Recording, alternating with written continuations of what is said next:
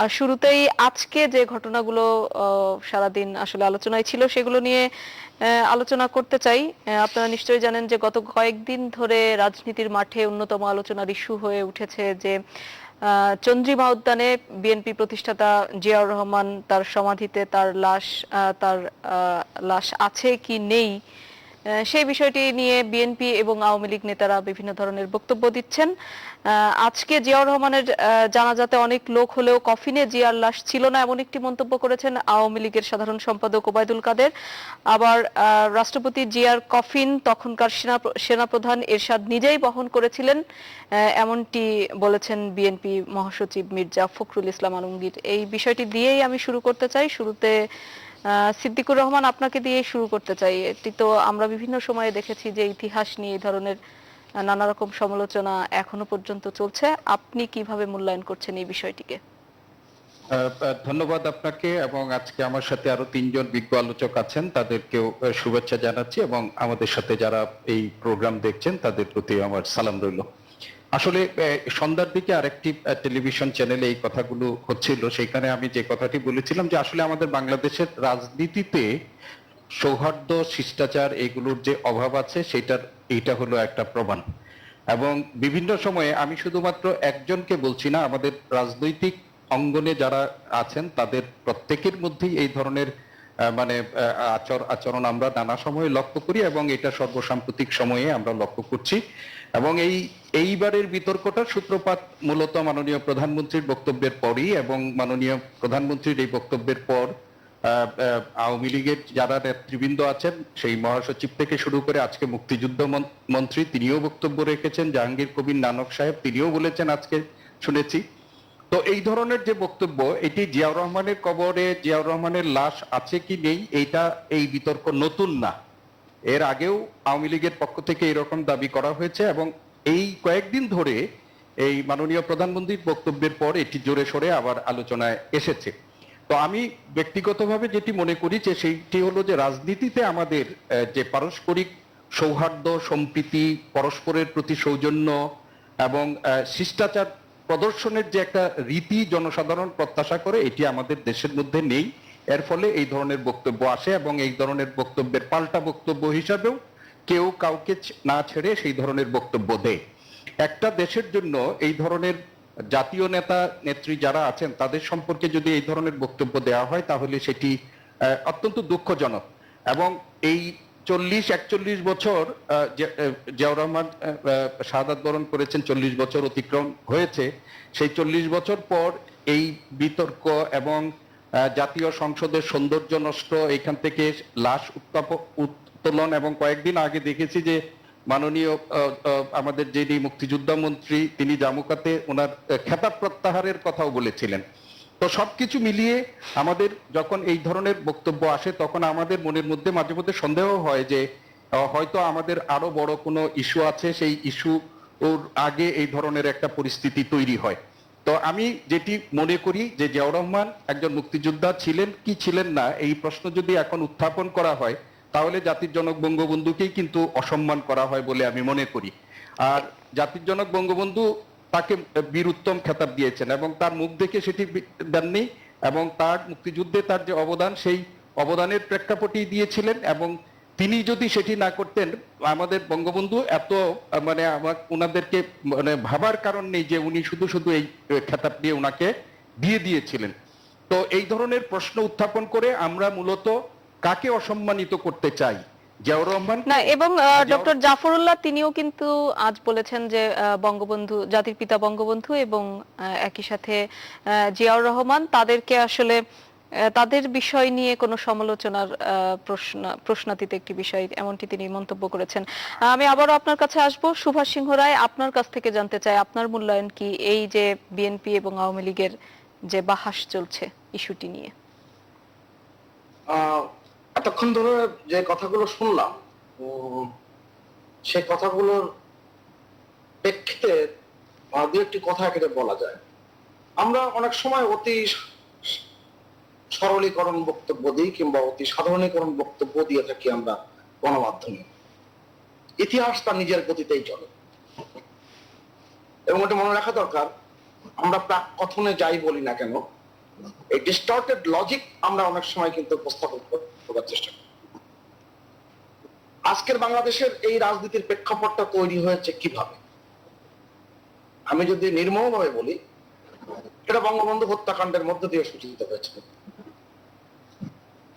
এবং ঢাকা বিশ্ববিদ্যালয়ের সম্মানিত শিক্ষক যে কথাটা বললেন, আমিও তার সাথে একমত হতে চাই যে politics is the art of compromise, art of persuasion. সেই আর্ট অফ কম্প্রোমাইজের জায়গায় বাংলাদেশের রাজনীতি থেকেছে কিনা, কিংবা থাকতে দেওয়া হয়েছে কিনা। অতি সম্প্রতির এই বিষয়গুলো না। আপনি যখন ইতিহাসকে বিকৃত করবেন, এই প্রশ্নগুলো বারবার কিন্তু সামনের দিকে আসবে। এটা সমাধান যতক্ষণ পর্যন্ত আপনি না করছেন। জিয়াউর রহমান সাহেব মুক্তিযোদ্ধা ছিলেন কি ছিলেন না, সেই প্রশ্ন যেমন ঘুরে ফিরে আসে, কেননা একজন মুক্তিযোদ্ধা সারা জীবন মুক্তিযোদ্ধা না, একজন রাজাকার সারা জীবন রাজাকার। এবং খেতাবপ্রাপ্ত মুক্তিযোদ্ধাদের বলতে বঙ্গবন্ধুর খুনিরও কিন্তু খেতাবপ্রাপ্ত মুক্তিযোদ্ধা ছিল। এটাও কিন্তু আমাদের বিবেচনা থাকা দরকার। আর চন্দ্রিমা উদ্যানে যে কাজটি ভয়ঙ্কর একটি কাজ করে থুয়ে গেছে, এটা খুবই দুরভিসন্ধমূলক কাজ। যে সেখানে আপনি শাহজিদুর রহমানের কবর দিয়েছেন, আপনি খানে সবুরের কবর দিয়েছেন। আপনি এরকম ভাবে যদি আপনি দেখেন যে 8 জনের কবর এখানে দেওয়া হয়েছে, এটা কিন্তু খুবই দুর্ভাগ্যজনক ঘটনা। 2-1 জনের নাম যেটা আমি বললাম, তা এই যে জায়গাগুলো তৈরি হয়েছে সেটা কেন হয়েছে? কেননা রাজনৈতিক যে সৌহার্দ্যপূর্ণ অবস্থানের কথা আমরা আলোচনা করি, আমরা চাই, সেটা বাংলাদেশের ক্ষেত্রে এখনো পর্যন্ত সেই জায়গায় দাঁড়ায়নি। এই কারণে আওয়ামী লীগ সব সময় ষড়যন্ত্রের শিকার হয়েছে। কিন্তু একটা অতি সরলীকরণ বক্তব্য দেওয়া হয়, একজন একজনকে নির্মূলের রাজনীতি হয়েছে বাংলাদেশে। আমি বঙ্গবন্ধু হত্যাকাণ্ডের পরে দেখেন টানা 21 বছর আওয়ামী লীগকে নিশ্চিহ্ন করার জন্য এই আগস্ট মাস আসলেই বুকটা কাটা দিয়ে ওঠে। বঙ্গবন্ধুর হত্যাকাণ্ড, তার 18 জন সদস্যের হত্যাকাণ্ড, তার পরবর্তীতে আপনি যদি 2004 সালে 21শে আগস্ট ঘটনা, 2005 সালের 17ই আগস্টের সারা দেশে বোমা হামলা, এই যে ভয়ঙ্কর ভয়ঙ্কর ঘটনাগুলো, এবং সেটাকে পক্ষ অবলম্বন করা। 30শে আগস্ট 2004-এ বিএনপি একটা 21শে আগস্টের ঘটনার পর একটা সমাবেশ করেছিল, মান্নান ভূঁইয়া চিফ গেস্ট ছিলেন। তখনকার প্রতিমন্ত্রী, ডাকসুর সাবেক ভিপি, তিনি বক্তৃতায় বলছেন তারা আন্তর্জাতিক তদন্তের আহ্বান জানিয়েছে আওয়ামী লীগ। হ্যাঁ, আন্তর্জাতিক তদন্ত হবে, সেই তদন্তে বেরিয়ে আসবে মতিয়া চৌধুরী, তোফায়েল আহমেদ, এরা এই হত্যাকাণ্ডের ষড়যন্ত্র করেছে এবং এই হত্যাকাণ্ডের মূল হোতা। 21শে আগস্টে গ্রেনেড হামলার পর যে সমস্ত বক্তব্য এসেছে, ভয়ঙ্কর ভয়ঙ্কর ঘটনা এসেছে। তারপরেও 2008 সালের নির্বাচনের পরে যে একটি রাজনৈতিক পরিবেশ তৈরি হয়েছিল এবং সংসদীয় কমিটির সভাপতি বিরোধী দল থেকে 4 জনকে নির্বাচিত হয়েছিল, মাত্র 29 জন সদস্য ছিল, এগুলো আমাদের মনে আছে। কিন্তু রাজনীতির এই ধারাবাহিকতায় যখন আপনি বলেন হত্যা রাজনীতিকে, আপনি যখন বারবার সেটাকে পৃষ্ঠপোষকতা দেওয়ার চেষ্টা করেন এবং হুমকি, এবং সেই হুমকির জায়গাটা তৈরি করেন। এই সর্বশেষ নির্বাচনেও আমি সেগুনবাগিচায় বিএনপির মিছিলের মধ্যে পড়েছিলাম, নির্বাচনী মিছিলে স্লোগান ছিল, খুব চিৎকার করে বলছে 75-এর হাতিয়ার গর্জে উঠুক আরেকবার। অথবা এই পরিবেশ যখন তৈরি হয়ে যায়, তখন আওয়ামী লীগকে সে রাজনীতির জায়গায় থাকতে গেলে তাকে অনেকগুলো জায়গায় আসতে হয়। কারণ আমরা যখন কথা বলি, ডিস্টর্টেড লজিকটা যখন স্থাপন করি, তখন কিন্তু কাজটা ঠিক হয় না। 3 প্রধানমন্ত্রী হয়েছেন বেগম খালেদা জিয়া, যদিও 15 ফেব্রুয়ারি নির্বাচন সহ। একবারও বেগম খালেদা জিয়া এবং তার দল এবং তার দলের সমর্থক যারা, তারা কেউ পর্যন্ত জিয়াউর রহমানের হত্যার বিচার দাবি করেনি। জিয়াউর রহমান যেখানে হত্যা হয়েছিলেন সেই জায়গায় পুরনো সার্কিট হাউস চট্টগ্রামে, সেখানে একটা স্মৃতি জাদুঘর করা হয়েছে। সেই স্মৃতি জাদুঘরে কি আছে? আপনি কালুরঘাট বেতার কেন্দ্র থেকে সেই 26শে মার্চ 27শে মার্চে যে যন্ত্র দিয়ে, ট্রান্সমিটার দিয়ে ঘোষণা দেওয়া হয়েছিল, সেটা আপনি নিয়ে এসছেন চট্টগ্রামে ওই জিয়া স্মৃতি জাদুঘরে। বেগম খালেদা জিয়া তার স্বামীর এই স্মৃতি জাদুঘর উদ্বোধন করার জন্য 17 মিনিট গিয়েছিলেন। তার পুত্র সুভাষ সিংহ রায়, আপনার কাছ থেকে আরো শুনবো। আমি একটু কাদের গনি চৌধুরীর কাছে যেতে চাই। শেষ করি। কাদের গনি ভাই তো বলবেনই এবং শুধু মুখিয়ে আছেন, সেটা থেকেও আমি বলি, আপনি হত্যা রাজনীতিকে বারবার চাষাবাদ করেছেন এবং এটা বাস্তবতা যে আপনি ইতিহাসকে কতদিন ধামাচাপা দিবেন। আপনি কি কারণে, কোন ব্যাখ্যায় আপনি এই মানুষগুলোকে যারা হায়দ্রাবাদের শক্তি, তাদেরকে জাতীয় সংসদের সার্বভৌমত্বের যে জায়গা চৌহদ্দি, সেখানে আপনি তাদেরকে সম্মানিত করেছেন। অর্থাৎ এই প্রশ্নগুলো বারবার সামনে আসবে যতক্ষণ পর্যন্ত রাজনীতির ওই জায়গায় আমরা পৌঁছতে না পারবো। সেটা আমাদের জন্য খুব গুরুত্বপূর্ণ। এই প্রশ্নগুলো আসবেই বারবার। জি, সুভাষ সিংহ রায় যে প্রশ্নগুলো তুললেন, তিনি চন্দ্রিমা উদ্যান ঘিরে দূরভিসন্ধি ষড়যন্ত্রের কথা বললেন এবং একই সাথে সিদ্দিকুর রহমান তিনি বলেছেন যে রাজনীতিতে শিষ্টাচার এবং সৌহার্দ্যের অভাব আছে। ঠিক এই বিষয় নিয়ে আমি কাদের গনি চৌধুরী আপনার মন্তব্য শুনতে চাই। আনমিউট করেন ভাই, আনমিউট করেন কাদের। কদিন ধরে যে বক্তব্যগুলো আমরা দেখছি আমাদের মন্ত্রীদের, জাতীয় নেতাদের, আমি সিদ্দিকুর রহমান স্যারের ভাষায় আমি বলবো এটা সম্পূর্ণ শিষ্টাচার বহির্ভূত কতগুলো বক্তব্য। জিয়াউর রহমান স্বাধীনতার ঘোষক, জিয়াউর রহমান বাংলাদেশের সেনাপ্রধান, জিয়াউর রহমান বাংলাদেশের জনমন্ত্রী, জাতীয় রাজনৈতিক নেতা। আপনি যদি বাংলাদেশে এখন বলেন বাংলাদেশের সর্ববৃহৎ দুটি রাজনৈতিক দল, একটা হলো আওয়ামী লীগ, শেখ মুজিব, বঙ্গবন্ধু শেখ মুজিবুর রহমান নেতৃত্বে, একটা জিয়াউর রহমান নেতৃত্বাধীন বিএনপি। 19 আর 20, কখনো বিএনপি বিষয়, কখনো আওয়ামী লীগ বিষয়। এই তো এত বড় জননন্দিত দলের নন্দিত নেতা, যে দলের কোটি কোটি সমর্থক রয়েছে, তাদেরকে যখন আমরা কটাক্ষ করি, একটু ভেবে চিন্তা করা উচিত আমি মনে করি। আপনি আজকে একটা পাগলও এটা বিশ্বাস করে না যখন আওয়ামী লীগের নেতা নেত্রীরা বলেন জিয়ার কবরে জিয়ার লাশ নেই। এটা আপনি যদি দেখেন প্রতিটা বই পুস্তক ইতিহাস দেখেন, প্রতিটা জায়গায় কিন্তু জিয়াউর রহমানের কিভাবে মৃত্যু হয়েছে, কিভাবে তাকে সেখানে চট্টগ্রামে পাহাড়ের ওখানে নিয়ে আপনার সেখানে কবরস্থ করা হয়েছিল এবং তুলে আনা হয়েছিল, সেই লেখাগুলো কিন্তু আছে। আপনি যদি দেখেন আপনার মেজর জেনারেল, আমাদের একজন সেনা কর্মকর্তা এখানে আছেন সাবেক, উনি হয়তো বলবেন, মেজর জেনারেল মইনুল হোসেন চৌধুরীর একটা বই আছে, সেটা হলো এক জনের নীরব সাক্ষ্য, স্বাধীনতার প্রথম দশক। ওই বইতে উনি তখন থাইল্যান্ডে রাষ্ট্রদূত থাকা অবস্থায় জিয়াউর রহমানের দুজন খুনের সাথে জড়িত অভিযুক্ত দুজন সেখানে গিয়েছিলেন, পলাতকদের দুজন ব্যাংককে গিয়েছিলেন।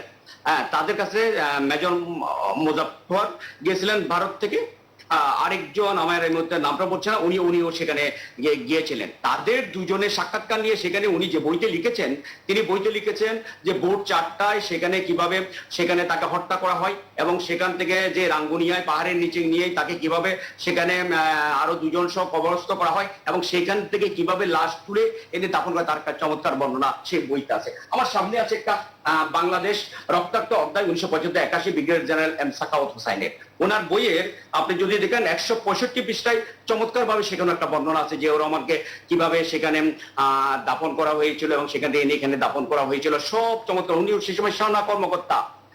আপনার মেজর হাফিজ বা যারা আপনার কর্নেল ওলি ইবেন, সেই লাশ যিনি উত্তোলন করছিলেন আপনার হান্নান শাহ, ওনারও বক্তব্য আমরা দেখেছি বই পুস্তকের মধ্যে আছে। একজন কেউ সেদিন জানাজায় যারা অংশগ্রহণ করছেন, যারা সেদিন জিয়াউর রহমান লাশ দাফন করেছিলেন, কেউ দেখলেন না, সবাই দেখলেন জিয়াউর রহমানের লাশ।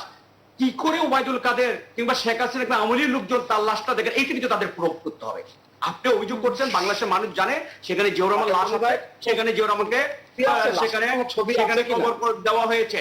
আপনি যখন আপনি অভিযোগ করছেন যে সেখানে লাশ, আপনাকে প্রুফ করতে হবে কিভাবে সেখানে লাশ নাই, এটা উনি কিভাবে জানলেন? উনি কি সেই জানাজায় ছিলেন? উনি কি সেই দাফনে ছিলেন? যারা দাফনে ছিলেন, যারা সেখানে তার সাথে ছিলেন, যারা ওখান থেকে আনলেন, সবাই জানেন। শুধু ওনারা ছিলেন রাজনৈতিক শিষ্টাচার বর্জিত একটা নোংরা আলোচনা ছাড়া আর কিছু আমি মনে করি না। এই ধরনের আলোচনা বঙ্গবন্ধুর ক্ষেত্রে বলুন বা জিয়াউর রহমানের ক্ষেত্রে, জাতীয় নেতাদের ক্ষেত্রে না হওয়া খুবই বাঞ্ছনীয়, খুবই বাঞ্ছনীয় আমি মনে করি। এগুলো খুব সস্তা দামের কোন আলোচনা। সরকার যখন, আমার কাছে মনে হয় যে আমি কিছু দেখলাম দিন ধরে, সরকার যখন একটা বেকায়দা থাকে না, তখন তারা কিন্তু জিয়াউর রহমান, জিয়া পরিবার, বিভিন্ন বিরোধী পক্ষের বিরুদ্ধে একটা পালা আপনার গান শুরু করে দেয়, গালাগালির পালা গান শুরু করে দেয়। এইটাই হলো কেন, এইগুলো আমরা না করাটাই ভালো, না করাটাই ভালো। আর এই যে কথাটি বলছেন যে অনেকের এখানে কবর দেওয়া হয়েছে আপনার ইয়েতে চন্দ্রিমা উদ্যানে, চন্দ্রিমা উদ্যান বা জিয়া উদ্যানে, যেখানেই যাদেরকে দেওয়া হয়েছে এদেরকে কি যোগ করে কবর দিয়েছে? ওই সময় সরকারের অনুমতি ছাড়া কি দিয়েছে? আপনি আজকে সরকার আপনি কোন যদি সরকার দিয়েছে? কোন সরকার দিয়েছিল আপনার তাদের ভাই? কোন সরকার দিয়েছিল? ওই সময় কোন সরকার আপনি আমাকে ওই সময় কোন সরকার ছিল না? না, কোন সরকার বলেন না। যে সরকার ছিল তো, যে সরকার বলেন না আমি সে বলছি, সরকার। যে সরকার ছিল আমি বলছি ওই সরকারের অনুমতি এটাই তো কথা প্রথমে দেওয়া আসছে। হয়েছে। আপনি আজকে ক্ষমতার আছেন, ক্ষমতার দাপটে বলবো যে এখানে উৎখাত করে দিব, এত সহজ নয়। উৎখাত করে দেওয়া রাজনীতি নয়, এটা বিধ্বংসী রাজনীতি, এটা কোনো শিষ্টাচার বর্জিত রাজনীতি, এটা কোনো রাজনীতির কালচারের মধ্যে পড়ে না। এই ধরনের কাজ থেকে যত আমরা বিরত থাকবো, আমরা যদি আজকে আপনি জিয়াউর রহমানের গালি দিবেন, জিয়াউর রহমান সমতার কাছে বঙ্গবন্ধুকে গালি দিবে, এতে আমরা যদি সম্মানিত হই না। আপনি জিয়াউর রহমানকে 10টা গালি দিবেন, ওরা হলে 5টা হলেও বঙ্গবন্ধুকে দিবে, এতে আমরা সম্মানিত না, আমার জাতীয় নেতার মর্যাদা বাড়ে না, এতে কমে যায়।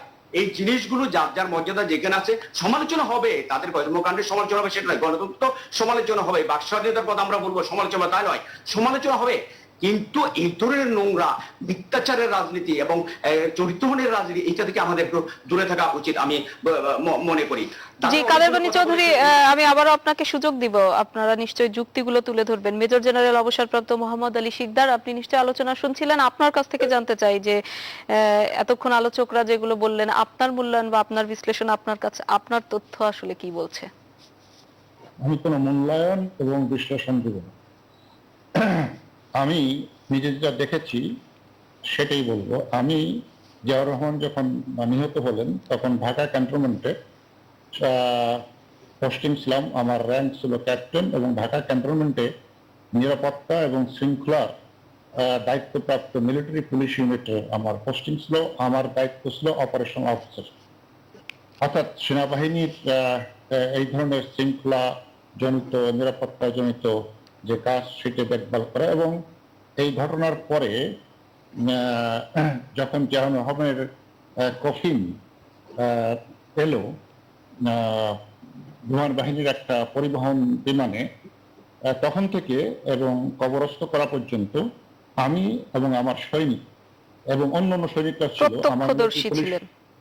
প্রত্যক্ষদর্শী মানে আমার মিলিটারি পুলিশের ইউনিটের লোকজন ছিলেন, আমার পিজিআর এর লোকজন ছিলেন, আরো সেনাবাহিনীর লোকজন ছিলেন। এই সেই থেকে একেবারে কবরস্থ করা পর্যন্ত আমার সৈন্য সহ আমি নিজে এই পুরো পিরিয়ডটাই উপস্থিত থেকে সব দেখেছি আর কি কি ঘটেছে। সুতরাং সেটা বলি, জিয়াউর রহমানের যে কফিনটা এলো সেটা 1 তারিখ প্রায় একেবারে বেলার শেষের দিকে বহুবিধ কারণে আনার সম্ভব হয়নি। একেবারে শেষ থেকে এয়ারফোর্সে একটা পরিবহন বিমানে এলো জুনের 1 তারিখ, জুনের 1 তারিখে। তো সাথে এসেছিলেন প্রয়াত ব্রিগেডিয়ার হান্নান শাহ, আর সাথে এয়ারফোর্সের লোক ছিল, আমি তাদের কাউকে চিনি না। ব্রিগেডিয়ার হান্নান শাহকে আমি জি, আজকে মির্জা ফখরুল তিনি উল্লেখ করেছেন এই বিষয়টি। হ্যাঁ, যে ব্রিগেডিয়ার হান্নান শাহ এসেছিলেন।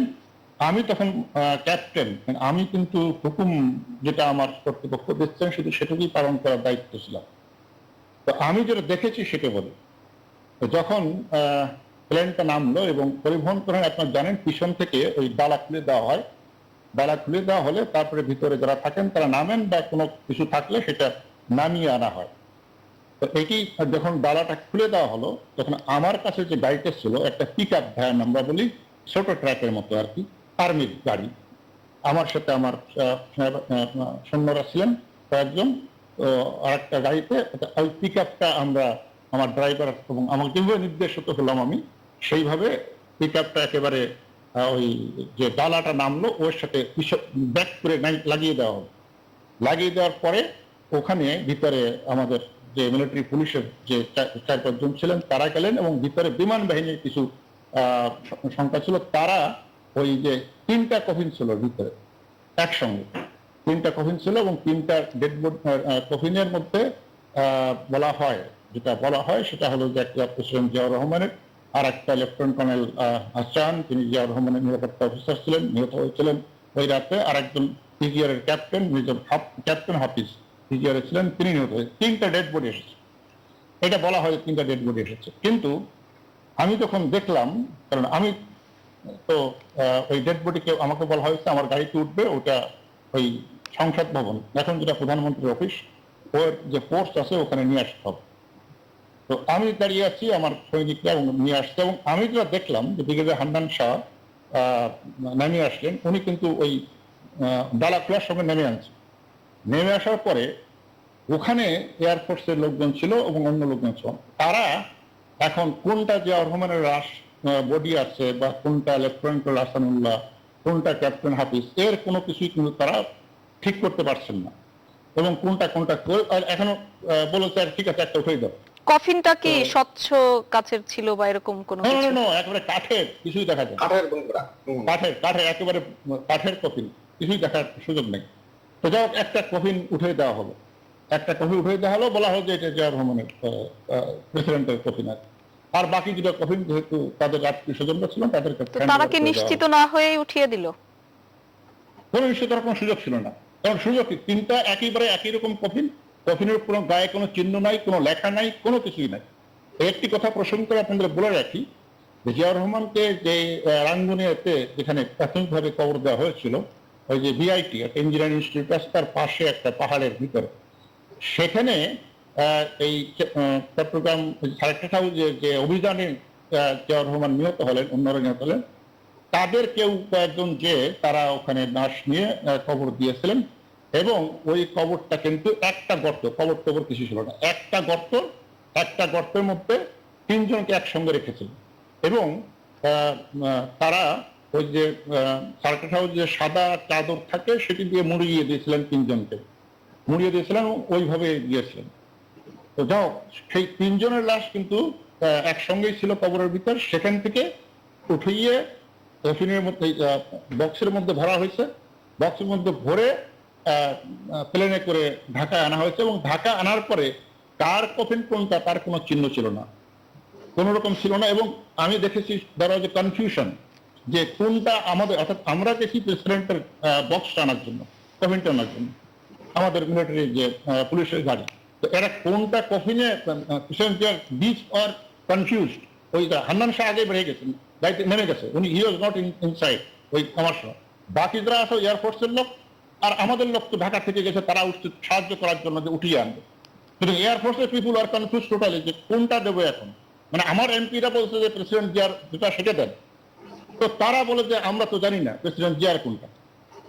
তখন কি হলো ভিতরে, আমি ওখানে তারা একটা উঠিয়ে দিল যে এটা নিয়ে যাও, এটা নিয়ে যাও। তো ওটা উঠে দিলেন। তো আমাদের তার কথাবার্তা এখানে কোনো সুযোগ নাই। আমরা ওটা নিয়ে এসে ওই যে এখন যে প্রধানমন্ত্রীর অফিস, তখন সংসদ অফিসে পোস্টে রাখা হলো এবং বলা হলো যে আগামীকাল সকাল পর্যন্ত 10টা-11টা পর্যন্ত এখানে থাকবে শ্রদ্ধা নিবেদনের জন্য।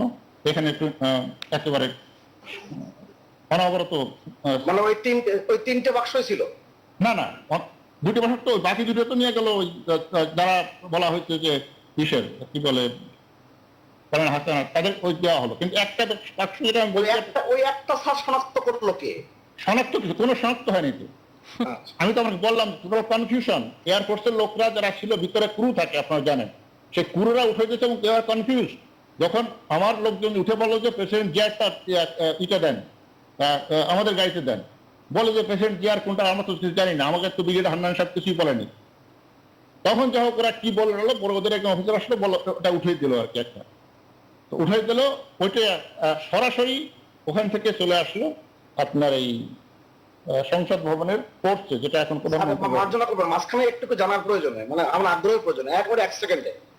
ওসি কুদ্দুস সাহেব, যিনি জিয়াউর রহমানের লাশ শনাক্ত করেছেন বলে বলা হয়, ওনার কি কোনো বক্তব্য কখনো নেওয়া হয়েছে যে কোন লাশটি জিয়াউর রহমানের?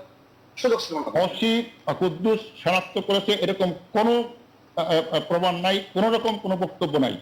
এটা উনি এখনো বেঁচে আছেন, ওখান থেকে উঠে সরাসরি গাড়িতে করে নিয়ে আসা হয়েছে। আজকে তো মির্জা ফখরুল ইসলাম আলমগীর সাহেব বলছে যে এটা পোস্টমর্টেম হয়েছে। ডাক্তার তোফায়েল এবং তার আমার কথাটা শেষ করতে পারতেন, আপনি তো বলছেন আপনার কথা, আপনারা বলছেন লেট মি ফিনিশ। জি মেজর জেনারেল শেষ করুন, আমরা তারপর যাব সিদ্দিকুর রহমান খানের কাছে। যে অনেকে তো অনেক কথা বলছে, সে বলবে প্রত্যেকটি যার কথা বলবে, আমি সে কথা বলবো, আমি আমার কথা বলছি যেটা আমি দেখি। তো সেখানে যেটা হলো যে একটা কনফিউশনের মধ্যে কিন্তু ওই কার লাশ এটা কেউ জানে না। এখন প্রশ্ন হলো যে কোন রকম কোন পোস্টমর্টেম, কোন রকম কোন চিহ্নিত, এবং এই লাশ হুমায়ুন রোডের 6 নম্বরের বাসায়ও নেওয়া হয়নি। যেখানে বেগম জিয়া এবং তার সন্তানেরা ছিলেন, সেখানে নেওয়া হয়নি। এবং এই যে কথাটা আমি বললাম যে ওই সময় থেকে পরবর্তী দিন কবরস্থ করার এক পর্যন্ত এই বাক্স কেউ খোলে নাই, কেউ খোলে নাই, কেউ দেখে নেই যে এর ভিতরে কি আছে, নোবডি নোস। সুতরাং ওই বাক্স উঠে পরের দিন যখন কবরস্থ করার সিদ্ধান্ত হলো, পরের দিন আমার গাড়িতে উঠে, আমার ওই গাড়িতে উঠে ওই ইসের থেকে, ওই পোস্ট থেকে আবার আমরা একেবারে যেখানে কবর খোলা হয়েছে ওখানে একেবারে কবরের কাছে, যখন কাছে নেওয়া যায় গাড়ি ওভাবে নেওয়া হলো। নেওয়ার পরে ওই বাক্স ধরে যারা কবরের দায়িত্বে ছিলেন ওখান তারা বাক্স থেকে আমরা দূর থেকে দেখলাম যে ওই সাদা কাপড়ে পেঁচানো একটা লাশ ওখানে দেওয়া হবে। সুতরাং এই যে জায়গা, এখানে কিন্তু যতটুকু বর্ণনা আমি দিলাম, এর থেকে বলার কোনো সুযোগ নাই যে এখানে জিয়াউর রহমানের লাশ ছিল, না ওই ক্যাপ্টেন হাফিজের ছিল, না কি হাসানুল ছিল, না কারো ছিল না, সেটা বলার সুযোগ নেই। এবং কার ছিল সেটাও বলার কোনো নিশ্চিত করার সুযোগ নেই। সুতরাং এখানে বিরাট একটা কনফিউশন রয়ে গেছে। জি, মেজর জেনারেল মোহাম্মদ আলী শিকদার। সুতরাং আরেকটা কথা আমি শেষ করি যে কোন রকম ঢাকা আসলে কোনো ঢাকার সিএমএসে নেওয়া হয়নি, কোন রকম কোনো খোলা হয়নি, কেউ এটা দেখেও নেই, কোনো কিছু করা হয়নি, এইভাবেই কবরস্থ করা হয়েছে। আমি একটু বলি আমি ওনার প্রশ্নের কারণ এটা বেশি অন্যদিকে চলে যাবে। আপনি যদি আমার সামনেই আছে বাংলাদেশ রক্তাক্ত অধ্যায় 1975 থেকে 81, brigadier general M Sakhawat Hossain, উনি ওনার বইতে লিখেছেন 165 পৃষ্ঠায়, বলছে অভ্যুত্থান ব্যর্থ হওয়ার পর থেকে জিয়ার লাশ খুঁজে বের করার জন্য তল্লাশি চালাতে থাকে। অবশ্যই রাঙ্গুনিয়ার নিকটে ইঞ্জিনিয়ারিং কলেজের সন্নিকটে একটি গর্ত থেকে মাটি চাপা অবস্থায় জিয়াউর রহমান সহ আরো দুজনের অফিসারের লাশ উদ্ধার করা হয়। এরপর দুদিন পার হয়ে যায়, লাশগুলো কিছু বলতে থাকে। পরে চট্টগ্রাম থেকে রাষ্ট্রীয় মর্যাদায় লাশ ঢাকার বিমান বাহিনীর হেলিকপ্টার যুগে এনে ময়না তদন্ত করার পর রাষ্ট্রীয় মর্যাদায় একদিন পুরনো সংসদ ভবনে রাখা হয়। পরে সেখানে কিচেন লেকে তাকে দাপন করা হয় এবং সেখানে তার আগে লাশগুলো ময়না তদন্ত করা হয়। এবং এবার কথাটা বলতে দেন প্লিজ। কাদের ভাই, ময়না তদন্ত কে করেছিল? আমি উনি যে করছেন তার কথা বলা হচ্ছেন, আপনার কে করছে এখন তো আমার কাছে নাই, এখানে তো বলা হয় ময়না তদন্ত করা হয়েছে। এবং এই কথাগুলো সকল একমাত্র আমি আজকে একজন সেনা কর্মকর্তা ওনার কাছ মুখে শুনেছি যে তদন্ত হয়নি, কিন্তু এই পর্যন্ত যত বই পুস্তক লেখা হয়েছে, যত ওনার সাথে যারা ছিলেন, আপনার প্রত্যেকের বইতে আপনার লেখা আছে, প্রত্যেকে বলেছেন যে সেটা ময়না তদন্ত থাকে। একটা রাষ্ট্রপতি কারো হত্যা হয়ে গেছে, উদ্ধার করার লাশ দাপন হয় না, এটা কোনো অবস্থা। উনি একজন সেনা অফিসার আছে, উনি আমার চেয়ে অনেক বেশি অভিজ্ঞ, জানেন কখনো ময়না তদন্ত। কাদের গনি চৌধুরী, মেজর জেনারেল মোহাম্মদ আলী শিকদার তিনি যে স্টেটমেন্টটা দিলেন, তিনি প্রত্যক্ষদর্শী হিসেবে যে কথাগুলো, একটা ডাহা ভুল আছে ওই বইতে। এখানে হেলিকপ্টারে আসা হয়নি, প্রথম হেলিকপ্টারে লাশ চিটাগাং থেকে তোলা হয়েছিল, কিন্তু ঝোড়ো বাতাসের কারণে এই হেলিকপ্টার চিটাগাং আবার ফেরত যায়। ফেরত যাওয়ার পরে তারপরে বড় বিমান, অর্থাৎ বিমান বাহিনীর যে পরিবহন বিমান, সেই বিমানে কিন্তু আসে, সেই কথাটা আমি বলেছি। সুতরাং এখানে হেলিকপ্টারে অন্যান্য রাইটারদের লেখায় বিমানের কথা ভুল আছে, এটা সত্যি অন্যান্য রাইটারদের লেখায় বিমানের কথা, এটা কিন্তু ভুল। স্যার সেই সত্য রচিবেন আপনি, ঘটে যার সব সত্য নয়। যেমন আপনার মইনুল হোসেন চৌধুরীর লেখায় বিমানের কথাই লেখা আছে। হ্যাঁ, ওরকম লেখা ভুল। সুতরাং এই যে আপনি কোনো লোকের কথা তথ্য মানে দীর্ঘতার কারণ নেই, আমি যেটা বলছি নিজের চোখে যেটা আমি দেখেছি সেই কথা বলেছি এখানে। সুতরাং শওকত সাহেব তখন কোথায় ছিলেন আমি জানি না, আমি ওনাকে দেখিনি এই যে জায়গায়, এইখানে যেটা এই যে আমি যে টাইমের কথাটা বললাম, এখানে কখনো ওনাকে আমি দেখিনি। আমার সৈনিকরা ছিল, তারা এখনো জীবিত আছে, কখনো ওনাকে দেখিনি। সুতরাং লিখতেই পারেন, অনেকে গবেষণা করার চেষ্টা করেন, অনেক কিছু করেন, লিখতেই পারেন, সেটা নিয়ে আমি কোনো প্রশ্ন নেই। কিন্তু কথা হলো যে আমি যেটা দেখেছি সেটা বলেছি, এবং কোন রকম কোনো ময়নাতদন্ত কোনো কিছু করা হয়নি। কেউ কিছু কাগজ দেখাতে পারবে না, যদি দেখাতে পারে তাহলে হাজির করুক তারা, তাহলে তো হয়ে যায়। থাকার কথা, এটা ময়নাতদন্ত রিপোর্ট থাকার কথা, পরিবারের কাছেও থাকার কথা। এবার আমরা কার কথা বিশ্বাস, আপনি বলেন একটা, আপনার অন্যান্য সেনা অফিসাররা বলে একটা। হতে পারে, আপনি বলতেছেন না হতে পারে, মুখোমুখি করিয়ে দেন না। ওসি কুতুব সাহেব বেঁচে আছে এখনো।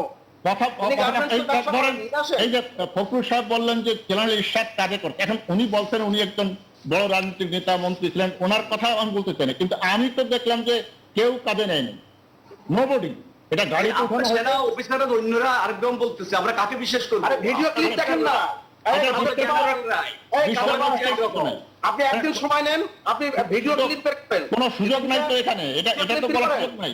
এটা এই আপনারা আপনারটা যদি সত্য হয় ওদেরটা মিথ্যা আমি বলবো কিভাবে? না, আপনি দেখেন ওই যে ভিডিও আছে এখনো, ওই ভিডিও দেখেন না? ভিডিও আছে, ভিডিও দেখেন একটা মিলিটারি পুলিশের গাড়ি। মোহাম্মদ আলী শিকদার এবং কাদের গনি চৌধুরী, আমি একটু ডক্টর সিদ্দিকুর রহমান খানকে সুযোগ দিতে চাই, উনি আমাদের সাথে আবার যুক্ত হয়েছেন। সিদ্দিকুর রহমান খান, মেজর জেনারেল মোহাম্মদ আলী শিকদার যে স্টেটমেন্ট, তিনি প্রত্যক্ষদর্শী হিসেবে যে বর্ণনা দিলেন, ঠিক মেজর জেনারেল হিসেবে না, আপনি যদি একজন প্রত্যক্ষদর্শীর বক্তব্য শুনেছেন, আপনি নিশ্চয়ই শুনেছেন, একজন প্রত্যক্ষদর্শী সেই সময়ে যে বর্ণনা দিলেন, সেই জায়গা থেকে আপনি কি মনে করেন, মানে তার কথা শুনে আপনার কাছে কি মনে হচ্ছে, কোনো অসঙ্গতির জায়গা আছে কিনা? দেখেন, আমার কথা শোনা যাচ্ছে? জি, আপনাকে শুনতে পাচ্ছি, বলুন। আচ্ছা, আমার বক্তব্য হলো, প্রথমত হলো যে উনি এত নিশ্চিত করে বলতে পারবেন না, কারণ উনি নিজে দেখেন নাই, এক। আর উনি ভিতরে এই যে এয়ারক্রাফটের ভিতরে উনি নিজেও ঢুকেন নাই, অন্যদের সাথে উনার পুলিশের সাথে কি কথা বলতে, উনি এক। দ্বিতীয় কথা তিনি হলো, কিন্তু লাশ দাফনের পুরো সময়টাতে তিনি যেখানে উপস্থিত ছিলেন, তিনি যেটি দেখেছেন সেটি উল্লেখ আমার করেছেন। কথাটা শুনেন, জি জি, আমার কথাটা শুনেন। সেটি হচ্ছে যে অন্য দুটো লাশ পরিবারের কাছে হস্তান্তর করা হয়েছিল। সেই পরিবার কি বলেছে যে যে আমাদের এরা আমাদের লাশ না? এই পরিবারের লোকজন বলেছে যে আমাদের কাছে অন্য দিছে। আজকে জাহাঙ্গীর কবির নানক বলেছেন জিয়াউর রহমানের লাশ তো পুড়িয়ে ফেলা হয়েছিল, লাশ কোথায় পাওয়া গেছে? হ্যাঁ, উনি ওনার বক্তব্য বলেছেন, মেজর মঈনুল ইসলাম সাহেবের বক্তব্য একটু আগে এখানে দেওয়া হয়েছে, অন্যদেরও কথা বলা হয়েছে। তো উনি নিজেও এটা খুলে দেখেন নাই, ফলে উনিও নিশ্চিত করে বলতে পারবেন না যে এটা জিয়াউর রহমানের লাশ ছিল না অন্য লাশ। আর সবচেয়ে বড় কথা হলো, আরো দুটো লাশ এসেছিল এবং সেই লাশগুলো পরিবারের কাছে হস্তান্তর করা হয়েছে। সেই পরিবারের লোকজন নিশ্চয়ই তাদের লাশ দেখেছেন, তাদের আত্মীয় স্বজনের। এবং সেইটি বাংলাদেশে যখন যে পরিস্থিতি ছিল, এবং আজকে মির্জা ফখরুল ইসলাম আলমগীর সাহেব বলেছেন যে লাস্ট টিউটার হয়েছিল ডাক্তার তুফাইল, তিনি এইটির পোস্টমর্টেম করেছিলেন এবং 22টা বা 21টা গুলি সেখান থেকে বের করা হয়েছিল, সেই কথাও কিন্তু মির্জা ফখরুল ইসলাম আলমগীর সাহেব আজকে বলেছেন। তো আমরা যে কথাটা এইখানে আমরা এতক্ষণ আমাদের মেজর জেনারেল শিকদার সাহেবের কাছ থেকে যে বক্তব্য বলেছি, যে উনিও নিশ্চিত করে বলতে পারবেন না যে এখানে জিয়াউর রহমানের লাশটাই ছিল না। আর এয়ারক্রাফটের ভিতরে কি কথা হয়েছে সেইখানে উনি ছিলেন না, উনি বাইরে ওনার ইয়াদেরকে পাঠিয়েছিলেন, সেটা হয়েছে। তো আমরা যে বক্তব্যটা বলতে চাই সেটা হচ্ছে যে আপনারা এই যে, আমি একটা যুক্তি এখানে শুধু, যে ওই পরিবারগুলো যদি ডিনাই করতো যে ভুল করে আমাদের লাশ অন্য লাশ দিয়ে দেওয়া হয়েছে, তখন এটা একটা প্রশ্ন আসতো। যেহেতু এটি খোলা হয়নি এবং যেখান থেকে চট্টগ্রাম থেকে যারা এটাকে রিস্ক করেছিলেন, যারা যেভাবে নিয়ে এসেছিলেন, তাদের উপরও আমাদের ডিলাই করতে হবে। তো আজকে বাংলাদেশের রাজনীতিতে জিয়াউর রহমানের লাশ এখানে আছে কি আছে না বা ইয়ে নেই, এইটা রাজনীতিতে খুব গুরুত্বপূর্ণ ইস্যু বাংলাদেশে নয়। এর চেয়ে হাজার। জি, অসংখ্য ধন্যবাদ। আমি একটু শেষ মন্তব্য শুনতে চাই সুভাষ সিংহ রায়ের কাছ থেকে। আমি অধ্যাপক সিদ্দিকুর রহমান স্যার যে কথাগুলো বলেছেন সেই কথাগুলো ছোট্ট করে একটু আমাদের শেষ করতে হবে। সুভাষ সিংহ রায়, ছোট করে বলি। জি, আমাদের এখন যারা যারা বেঁচে আছেন তাদেরকে নিউজ 24 নিয়ে আসতে পারেন। মোহাম্মদ আলী শিকদার আছেন, ব্রিগেডিয়ার জেনারেল সাখাওয়াত সাহেব আছেন, ওসি কুদ্দুস সাহেব এখনো বেঁচে আছেন, তিনি নিশ্চয়ই বলতে পারবেন ঘটনাগুলো। আর তখন বাংলাদেশের পরিস্থিতি কি ছিল অধ্যাপক সিদ্দিকুর রহমান বলেছেন। তখন তো হুসাইন মোহাম্মদ এরশাদ বাংলাদেশের সমস্ত শিক্ষা প্রতিষ্ঠানে, বিশেষ করে ঢাকা শহরে। সুভাষ সিংহ রায়, আমাদের সময় খুবই সংক্ষিপ্ত, আপনাকে শেষ করছি 30 সেকেন্ডের আগে শেষ করবেন। অর্ধ বক্তব্য এসে গেল, আমি শেষ করি আপনি এর মাঝখানে ব্রেভেল করতে পারেন। আপনি খেয়াল করে দেখবেন এরশাদ সাহেব তখন নিজেরকে বাঁচানোর জন্য অনেক ধরনের কথা করেছেন, অনেক কার্যক্রম নিয়েছিলেন। হোসেন মোহাম্মদ এরশাদ নির্দেশ দিয়েছিল প্রত্যেক স্কুল, কলেজ, মাদ্রাসা এবং সমস্ত ইমাম সাহেবদেরকে শুরু করে সব জায়গায়, সরকারি বেসরকারি, প্রত্যেকে উপস্থিত থাকতে হবে এই জানাজায়। অতএব অনেকগুলো ইতিহাস আছে, ওই ডকুমেন্ট আমার কাছে আছে, সেই জায়গায় প্রজ্ঞাপনটা দেওয়া হয়েছিল। অতএব ইতিহাসের যে কথাগুলো, পোস্টমর্টমের রিপোর্ট থাকবে না কেন? সুভাষ সিংহ রায়, আমরা নিশ্চয়ই পরবর্তীতে আবারও আলোচনা করব। আপনাকে অসংখ্য ধন্যবাদ, সময় দিতে পারছি না। একই সাথে ডক্টর সিদ্দিকুর রহমান খান, কাদের গনি চৌধুরী এবং মেজর জেনারেল অবসরপ্রাপ্ত মোহাম্মদ আলী শিকদার, আপনাদের সবাইকে ধন্যবাদ আমাদের এই আয়োজনে যুক্ত হওয়ার জন্য।